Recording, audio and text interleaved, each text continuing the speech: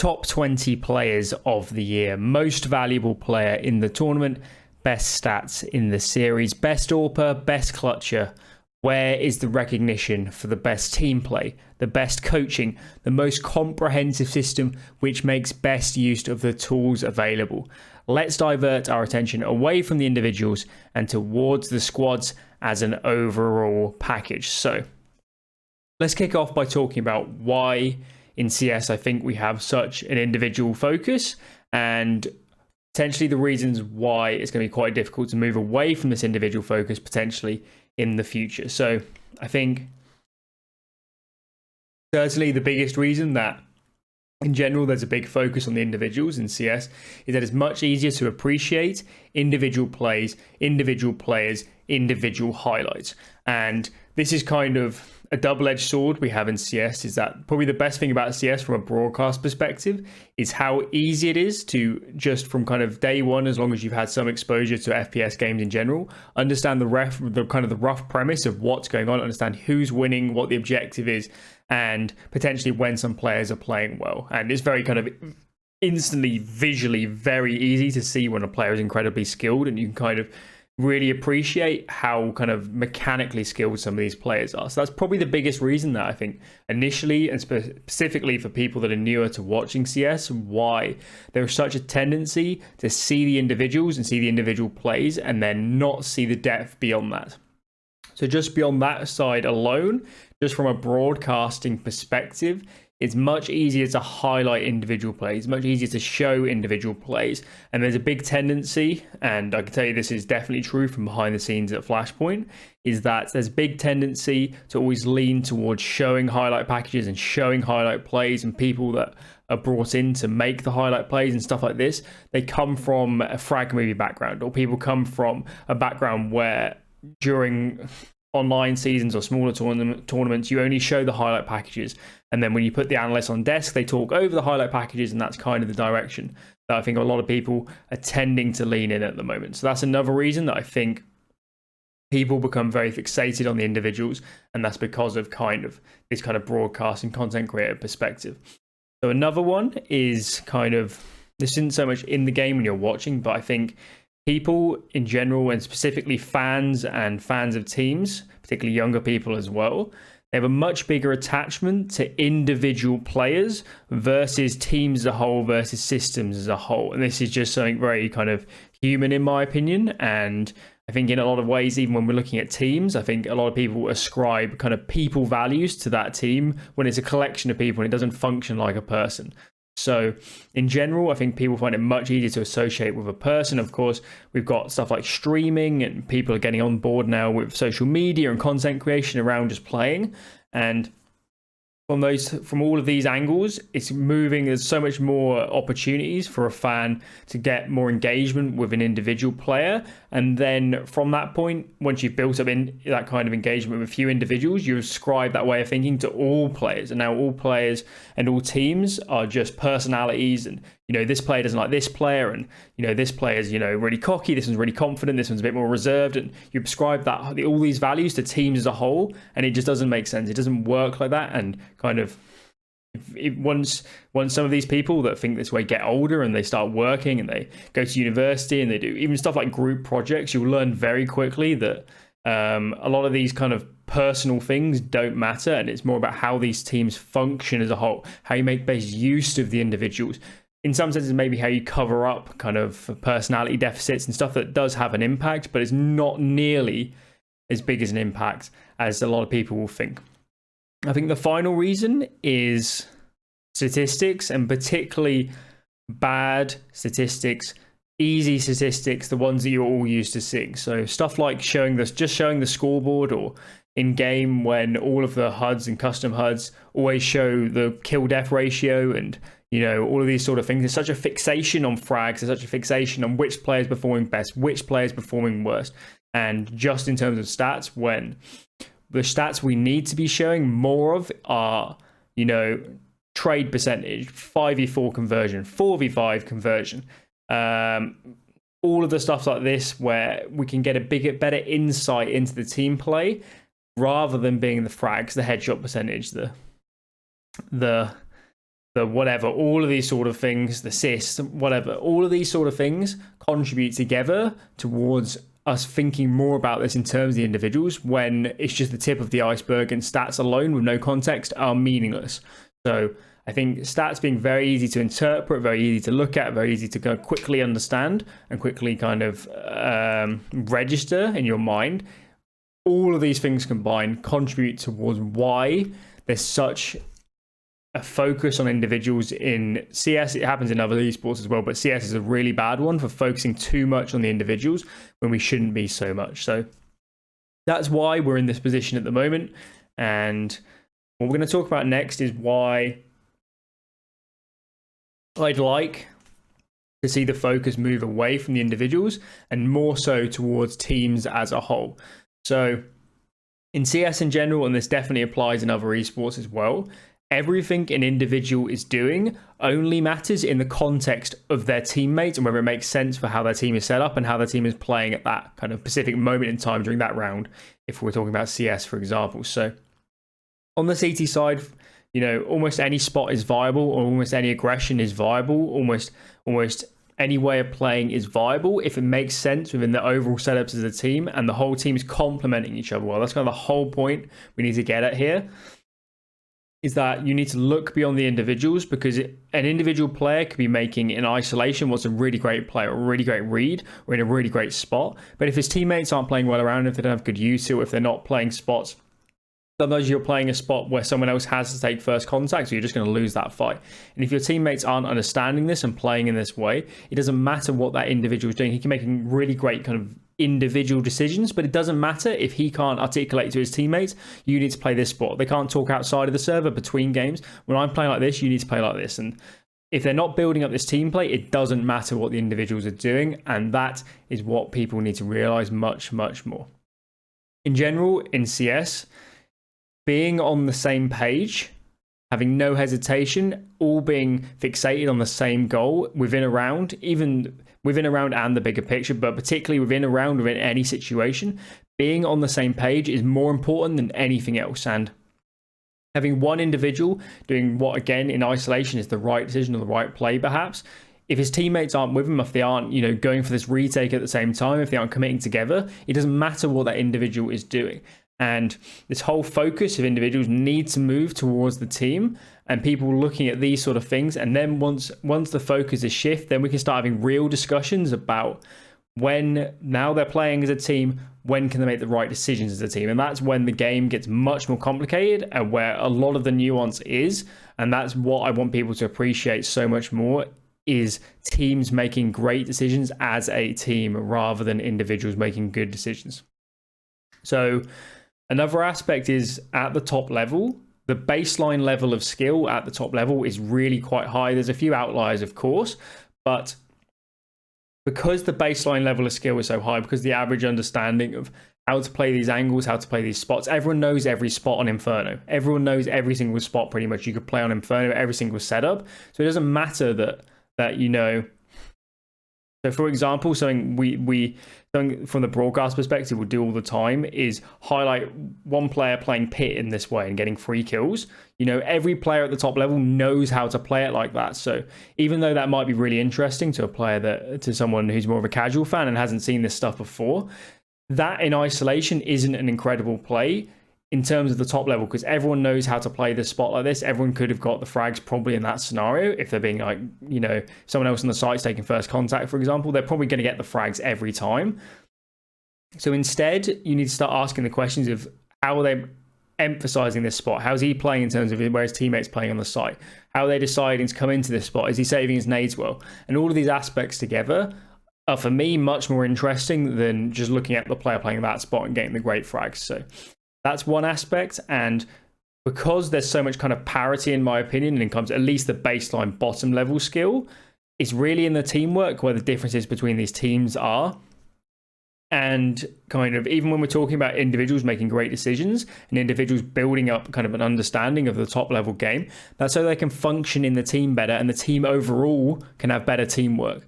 And certainly for me, when I was at Flashpoint, that was a big focus, and talk about how these players have good fundamentals and how they work in terms of the system overall.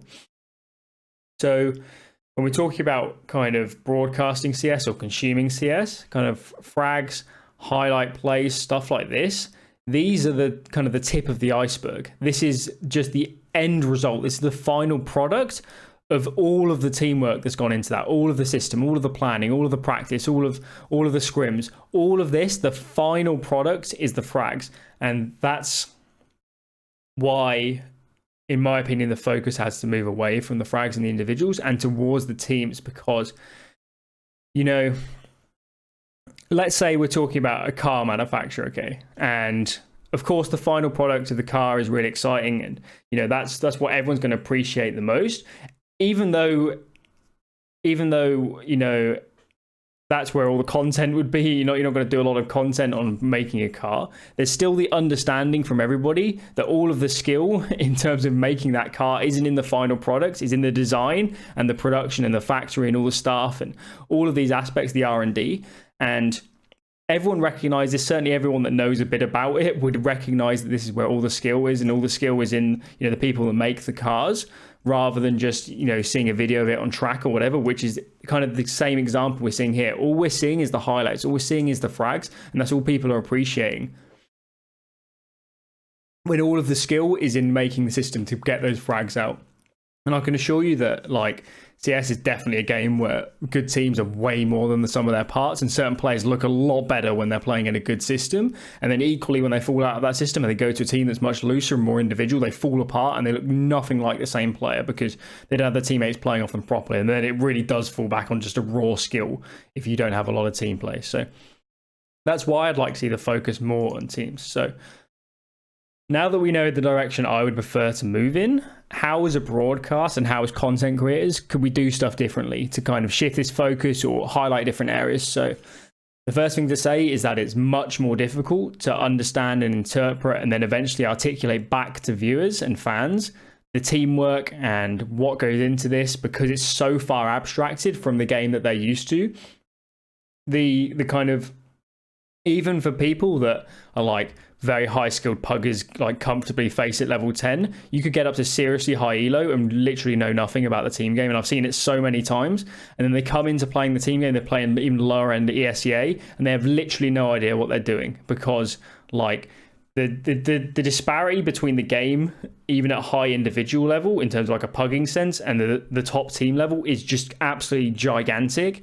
And this is why it takes players that comes out of FPL, outside of rare cases, like 2 or 3 years of playing at, you know, top 20 level in the world in terms of teams, get up to a high level in terms of the team game and start having real impact and being a good part of a team. So it's much more difficult to understand, and it's a much harder job for an analyst, I can tell you, to actually sit there and try and watch a game and try and pull out these factors of teamwork, rather than just saying, you know, this player got the frags, this player had good stats. That's really easy, and you can just sit back and do nothing and just interpret that. But seeing the teamwork and seeing, having a good eye for what's going on and how they've practiced this and what this means in terms of the overall thing, like, that's really difficult.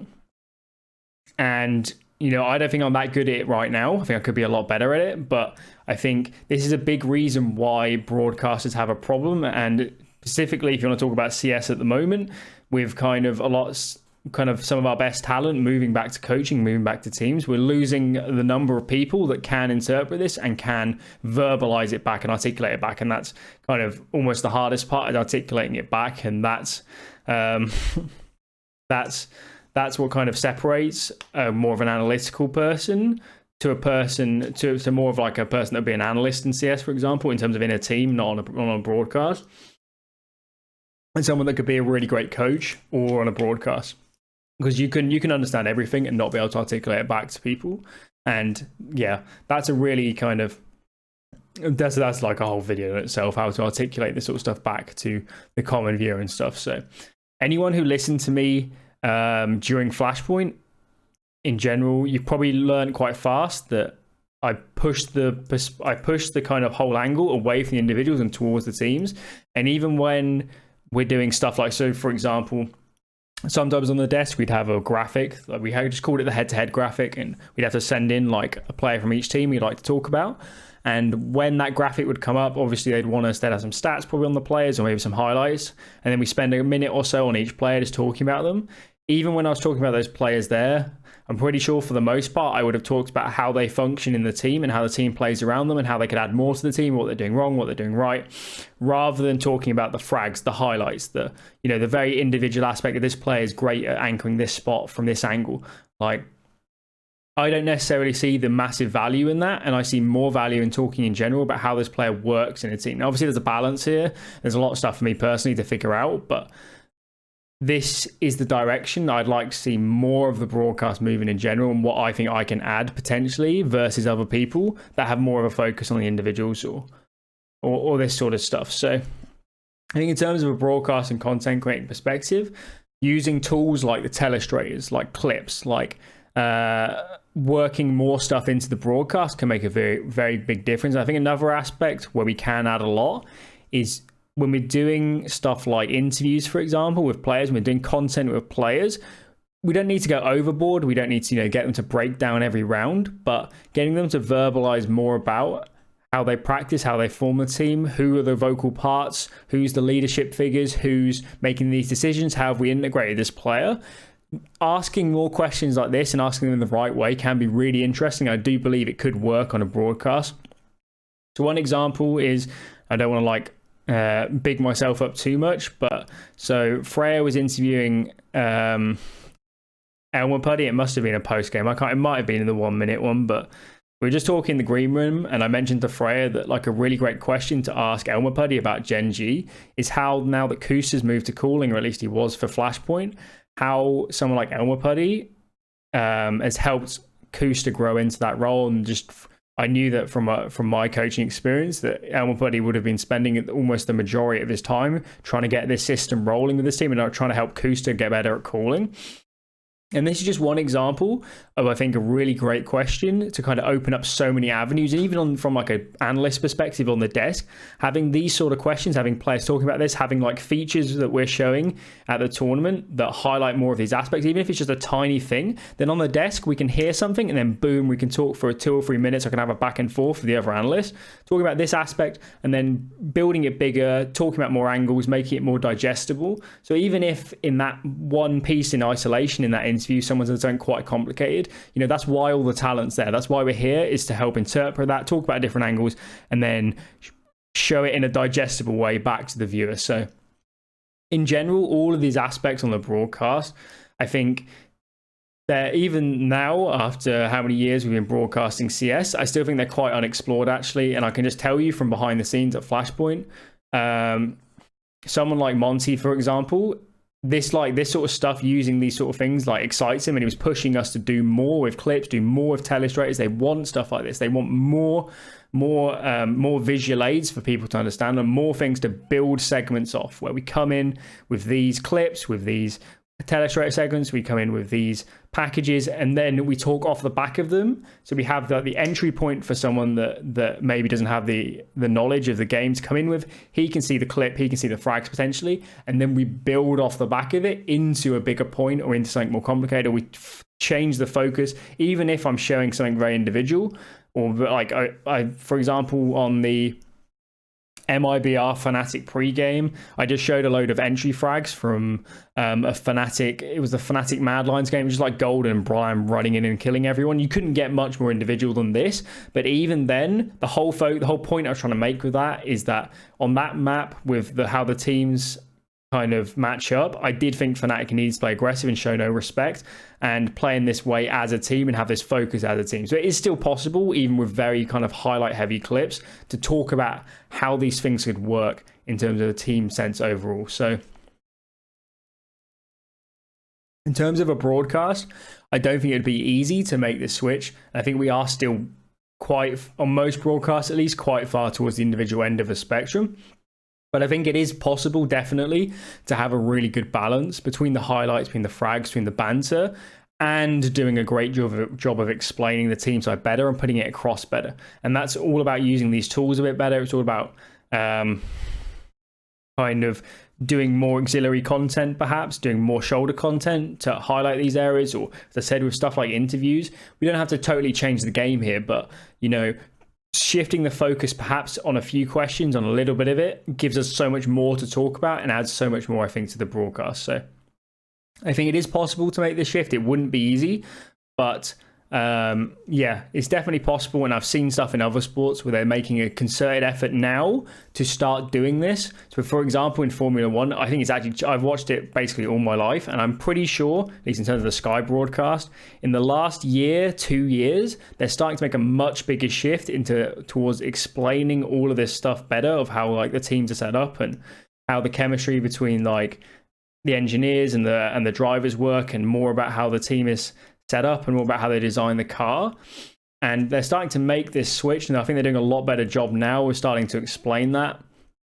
And I would follow this model if I was in any esport, but I think CS is a prime example where there is going to be a balance here between showing more individual stuff, showing more highlight stuff, showing more frags, and doing the team play stuff, and making it all digestible, and making the segments not 4 hours long. You know, there is a way to do this. It is going to be difficult finding a balance if people did want to move in that direction, but I think it is possible, and I think the whole broadcast and the whole community will be better for it in the end. So in this video, we've talked about some big topics about how fans view CS and how CS is presented on a broadcast. So everyone's going to have a different opinion on this. Everyone's going to like have their own interpretation of the broadcast and what they like, what they don't like. So let me know down below what you think. Do you like seeing all the highlight clips? Do you want to see more of the team stuff? Do you want to see more stuff like telestrator segments where we really can show at a high level what's going on, and then we throw it back to the desk and we talk about more abstracted stuff, more narrative stuff? So what do you want to see? Let me know down below. In general, these videos, I'm working quite hard in terms of them and trying to get them a bit more fluid, a bit shorter, working on some mannerisms. So hopefully they're getting better, and I'll keep pumping them in the future. Just to practice alone, it's worth doing these sort of things. So hope you enjoyed that. Let me know what you think, and I'll catch you guys in the next one.